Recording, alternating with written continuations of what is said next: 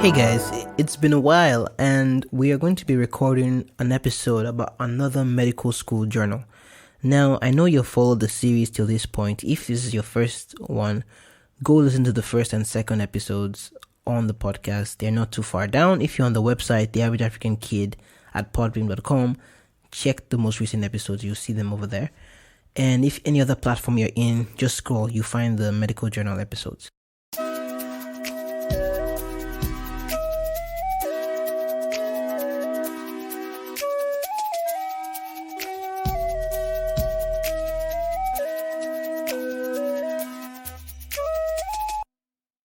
So I've actually recorded a few more episodes, but I have not gotten myself to upload them, which is kind of insane when I think about it, that I haven't done the necessary thing to upload them.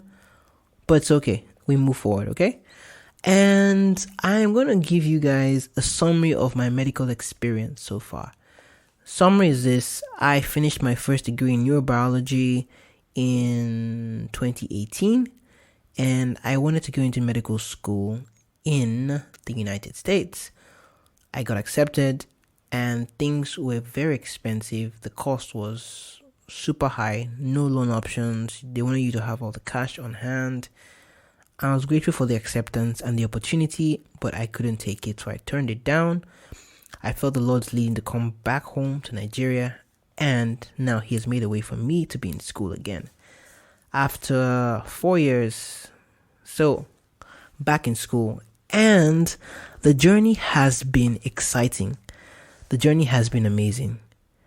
And I want to highlight the best parts and the worst parts of the journey so far, so that as we go on into the medical school tours, you have a better picture. So the best part is studying and getting that rush. Sometimes I study till like 12 midnight, and then whenever you're tired, you just want to punch somebody. I have good roommates. Shout out to my roommates if they listen to this. And sometimes I just get up, do press-ups. I walk around the hostel. Just when you need to be violent at times. After you study, you just feel violent. I don't know if it's just a me thing, but I don't know. Studying sometimes makes me very violent. Just want to punch the air. Any kind of activity to get my mind off it so I can go back to studying. So I think that rush of putting yourself in a new circumstances, learning new things, and probably having deadlines of how much you can assimilate before the examination, I like that thrill, and I like that those takes actually push me to do better than I would otherwise. So I like that thrill very much. So my second best part, okay. Building for my future. I believe that's my second best part. Having a professional life plan. I like the fact that now people would have asked me before, like, what are you doing with your life? What's your next step? And you'll be stuck because you're like, I want to go to med school. I want to do this. But now that I'm here, I am building a professional plan for my life. It includes podcasting. So I'm being intentional about how I portray my podcast, how long my podcasts are, how much detail I put into it. And all these come because I'm in school now. So now I don't have those questions like, what are you doing with your life? I'm already building towards that. And now I'm also shaping the next 10 years of my life and for the rest of my life actually. So as I do this, I am preparing myself for the future and growing my professionalism, growing my skill sets, just finding out a bit more about myself and what I want to do and accomplish with everything. Okay. Next question. So what is my worst part about school? I would say the worst part for me has been cramming. And I don't like cramming. I don't like taking a course and just chugging it all down into your brain, writing an exam, getting an A, and then 2 minutes later forgetting what you have studied. But I have found that with some general courses, like we do some history of science courses, they are specialized courses specific for the university. So you can study like the history of some missionaries, like we did Thomas Jefferson Bowen, we did Mary Slessor, we did Ben Carson, we did Mother Teresa, we did Martin Luther King Jr., and we did Martin Luther King the Reformer. or Martin Luther the Reformer. So we did all these things, and what they really liked was dates. They really wanted us to get the dates: 1848, 1910, blah blah blah blah blah blah blah blah blah. And all these dates are very, very tricky to get if you're someone like me who doesn't deal with dates much. I deal with numbers, and I deal with cranial nerves. I deal with big names, but I don't deal with dates. I'm like, that date has no impact on my future. Why am I cramming this date? Like, for no other reason in life will I ever want to remember the birthday of Mary Slessor, which I can't actually remember right now. I mean, it had to do with something like, I know Mother Teresa, she had a 1910 date in there somewhere. So you can check it out. If that 1910 is her birthday, hey, at least it paid off. So I didn't like the cramming aspect, because when I cram, I feel like I'm not being genuine in my learning. I'd rather learn a concept and apply it to my regular life. That's my active learning style. I think that's where I do best, and that's where things stick for the longest time. I remember my neuroscience classes, my teachers were very, very adamant about this, and they were very, very smart people. They learned that it was not about giving students material to cram. So what they did was that they will probably even give you the test. They'll give you like the full test questions before the exam, tell you to go back home and study it, tell you to go back home and answer the MCQs, and they'll ask you to explain yourself with words, redo the problems over and over again. So all these things, they actually taught us how to learning how to learn. And I realized that I take away more from that class than I did from my genetics class, which was just like study and pour out. So you still take from both, but that kind of active learning is very important. And I feel that I'm not getting it in some of my general courses, which is kind of frustrating, but it is what it is. So my worst part, maybe if you guys are actually interested, I can actually go in a deeper dive about deep learning. I'm actually a big fan of deep learning, so who knows. Okay, next, my most memorable moment. Okay, so what is my most memorable moment so far on the medical journals? Well, there was this one time we had this professor, this genetics professor, and he was teaching us for the semester, and the cutest thing always happened. He will pray with us after like a few days of getting to know him and establishing boundaries with us. He would tell us to stand up, and we'll sing some praise and worship songs before class starts, and he'll pray for us. So there was this day, our last day, he had taught us one song, and he decided to teach us 2 songs, so we had 3 songs.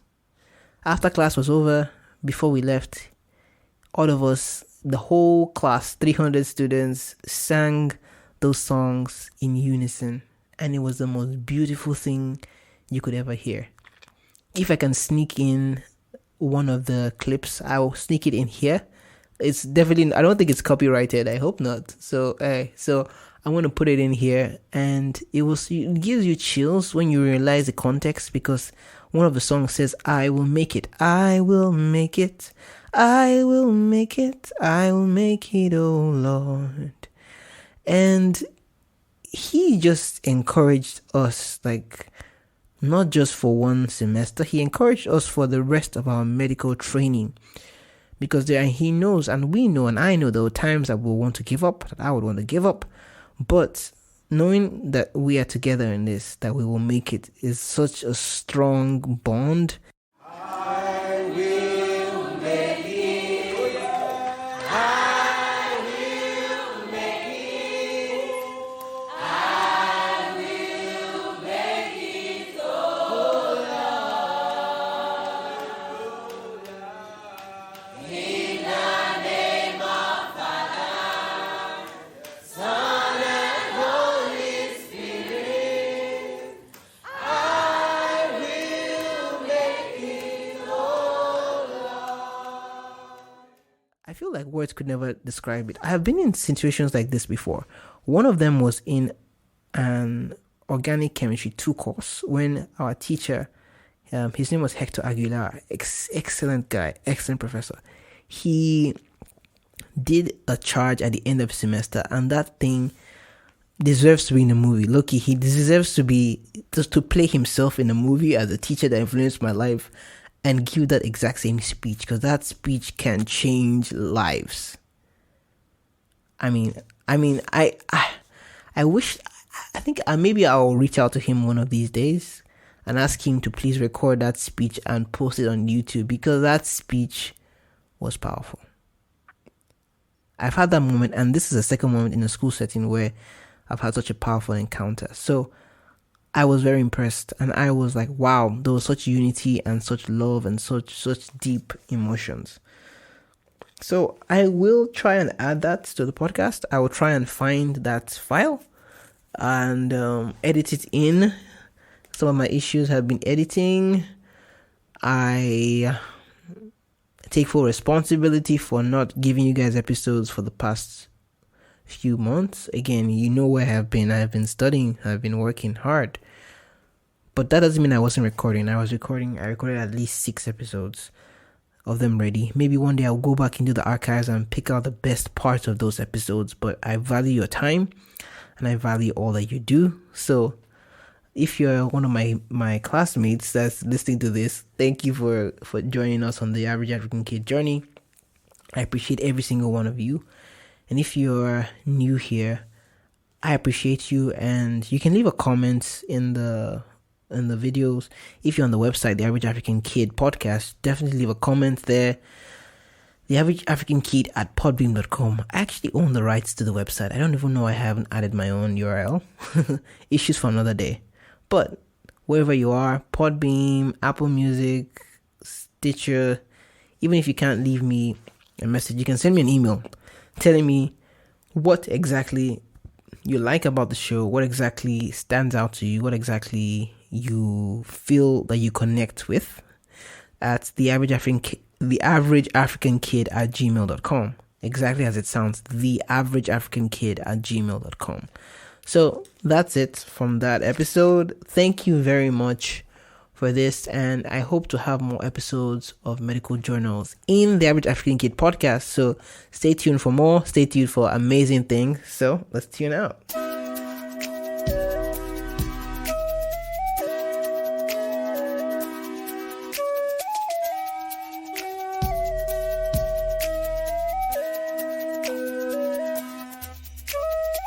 Okay, stay blessed, stay safe, stay amazing. Bye-bye.